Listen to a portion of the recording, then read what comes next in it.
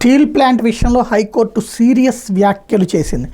గంగవరం పోర్టులో కార్మికుల సమ్మెతో బొగ్గు సరఫరాలో ఏర్పడిన కొరత వల్ల విశాఖ ఉక్కు కర్మాగారం మూతపడే పరిస్థితి ఏర్పడటం దురదృష్టకరమని హైకోర్టు వ్యాఖ్యానించింది. ఈ నేపథ్యంలో విశాఖ ఉక్కు కర్మాగారం ప్రయోజనాలు పరిరక్షించడమే తమకు ముఖ్యమని హైకోర్టు స్పష్టం చేసింది.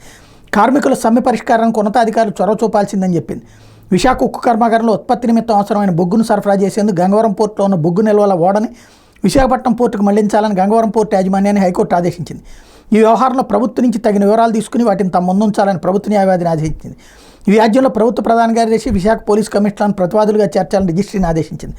అప్పుడు వారికి తగిన ఆదేశాలు ఇచ్చేందుకు వీలుంటుందని తదుపరి విచారణ శుక్రవారానికి వాయిదా వేసింది. ఈ మేరకు న్యాయమూర్తి జస్టిస్ నయనాల జయసూర్య గురువారం ఉత్తర్వులు ఇచ్చారు. గంగవరం పోర్టులో కార్మికుల సమ్మె వల్ల విశాఖ ఉక్కు కర్మాగారానికి బొగ్గు సరఫరాలో అంతరాయం ఏర్పడింది. దీనివల్ల ప్లాంట్కి తీవ్ర నష్టం కలుగుతోందని, ఈ నేపథ్యంలో బొగ్గు సరఫరాకి ఎలాంటి అవాంతరాలు లేకుండా చర్యలు తీసుకునేలా ఆదేశాలు ఇవ్వాలని కోరుతూ స్టీల్ ఎగ్జిక్యూటివ్స్ అసోసియేషన్ ప్రధాన కార్యదర్శి కె వెంకట దుర్గా ప్రసాద్ హైకోర్టులో పిటిషన్ దాఖలు చేశారు.